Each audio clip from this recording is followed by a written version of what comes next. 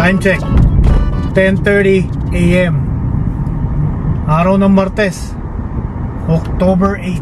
Pupunta tayo, gagala ko ngayon kayo sa Tumon Bay pa rin, sa Ipaw Beach. Yan, Ipaw Beach, malapit sa Hilton Hotel. Komportable tayo sa beach na yun. Lagi tayo dun tumatambay pag gusto natin magpainit, swimming, ganyan. Pero bago tayo pumunta doon, dadaling ko muna kayo dito sa American Bakery. Bibili lang tayo ng day old na tinapay. Nasa kaliwa nyo, kung makapansin nyo, Jollibee. Yan ang unang Jollibee dito sa Guam. Dalawa na Jollibee dito. Tapos yung building na yan sa kaliwa pa rin, Micronesia Mall. Yan naman ang mall na pag-aari ni Lucio Tan. Dali natin si Ghost. Oy, tayo muna. Nakita nyo naman, Sando Marudo Gaming tayo ngayon. Shoutout kay Attack Polo Lifestyle. Yan. Hindi lang polo ginagawa niya to, may sando rin, may t-shirt, shorts, kompleto yung mga yan. Yan ang ginagamit natin pagka namimisikleta tayo. Polo na dry fit lahat ng items niya. Shoutout kay John Rafael, Mr. Policarpio. Gusto nyo ba sumama doon sa American Bakery sa loob? Pasok tayo. Tara, pasok tayo. Alright.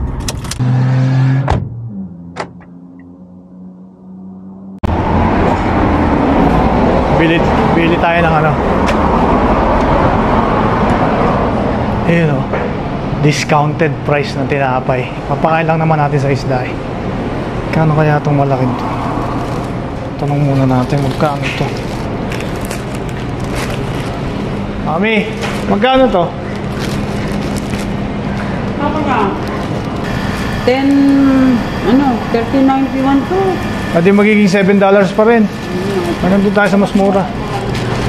Papakain ko sa eto, papakain ko sa isda eh. $5 yan eh. Magiging 250 na lang. Ayan na lang. Ano yun? Camera? Oo, mag-hi ka. Oo nga. Ay maniwala.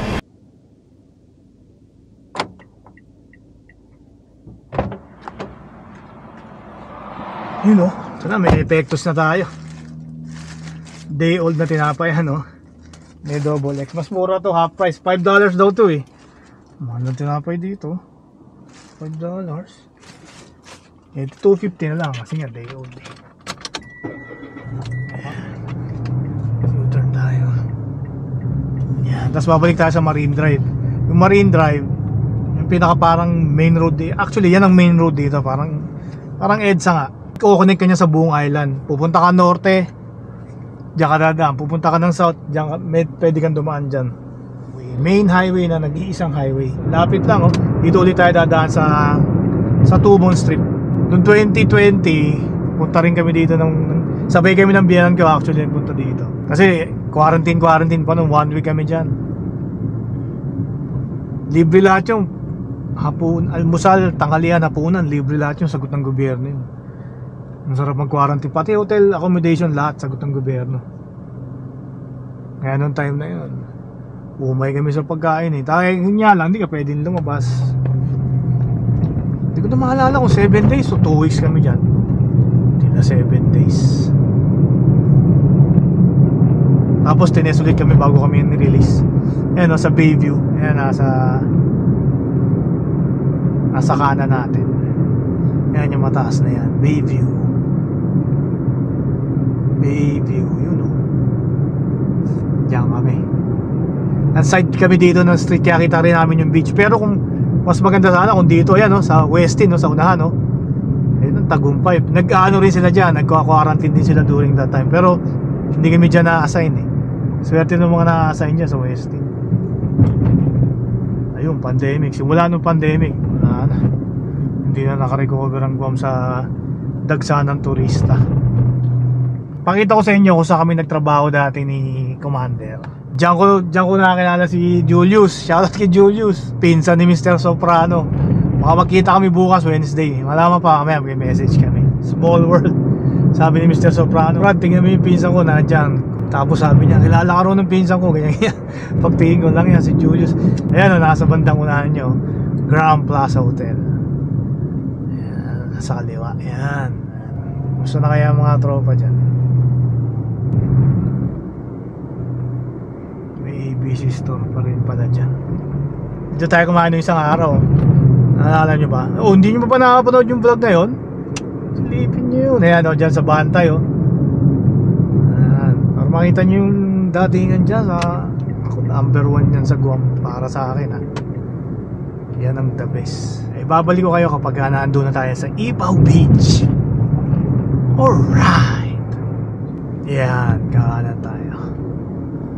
Governor Joseph Flores Memorial Park. Yan, dito tayo.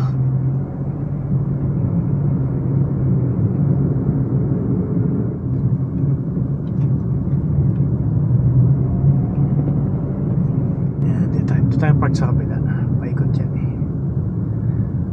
Pakita ko muna sa inyo yung harap. Ayan o, I love Ipaw. Wala naman masyadong tao. Mga local lang yan. Meron din mga turista yan o, I love Ipaw. Diba? Yan. Tara, siming tayo. Siming you know, Ipaw Beach. I love Ipaw. Sana maganda riso sa camera. I love Ipaw. Yung mga ilang turista. Doon tayo galing nung isang araw. Nakakita niyo ba yun? Yung sa dulo dun, no? Yung sa Two Lovers Point. Ngayon, dito lang tayo sa beach. Hindi masyadong malinis, pero mga down lang, wala namang basura. Safety lang natin dito yung susi. Ay, tubig. Pero yung tinapay, dadali natin ito.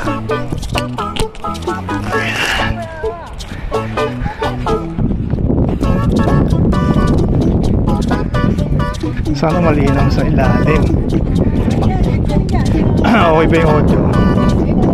Wala tayong dead cat para sa wind.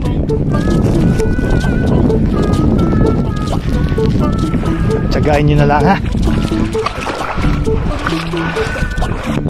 Bitawan pa. Lulubog ko ha.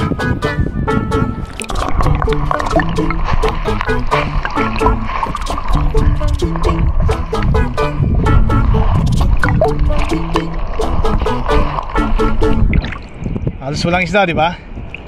Matitindi yung mga yan. Kabit ko muna dito. Buksan ngayon natin to. Sinugto sa akin ito, si Kuya Bernard. Hinuhuli niya yung mga yan, pero pinapakawalan din. Sabi ko, bawal manghuli dito. Nakalagay niya lang sa palad niya. So, may maglalapitan na.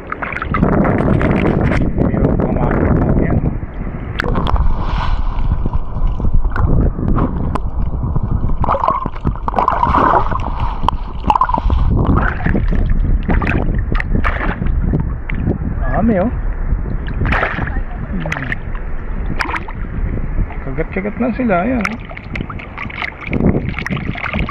Ayan, kagulo na. Doon sa mas malalim ng konti, mas malaki madadali mo doon. Ito medyo malaki ito isa.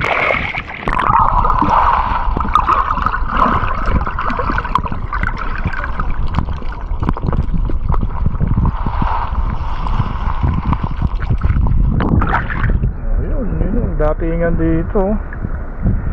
Sama mo yung mga isda. Isa pa.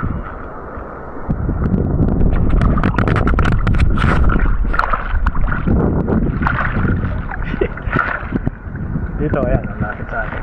Ang lapit yan. Galing, no?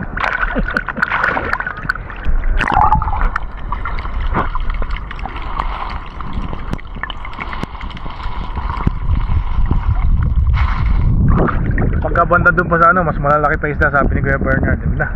So lang tayo sa maliliit. Pinakita ko lang sa inyo. Oh, sisining muna ako. Ang dami nila. Matras na ako, nakabuntot oh.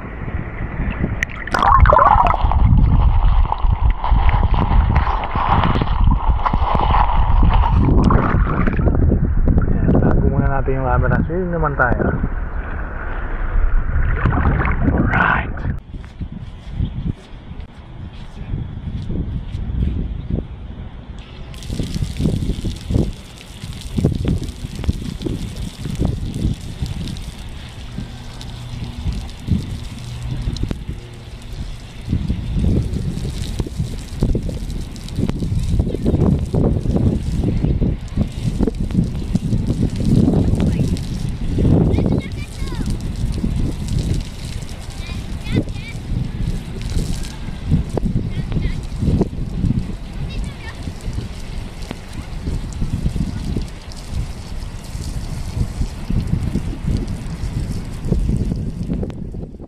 Ang style dito, shower lang, tapos yung board shorts sapinan mo lang ng tuwalya, tapos sa bahay na magpapalit. Ganun lang kasi nga malapit lang eh.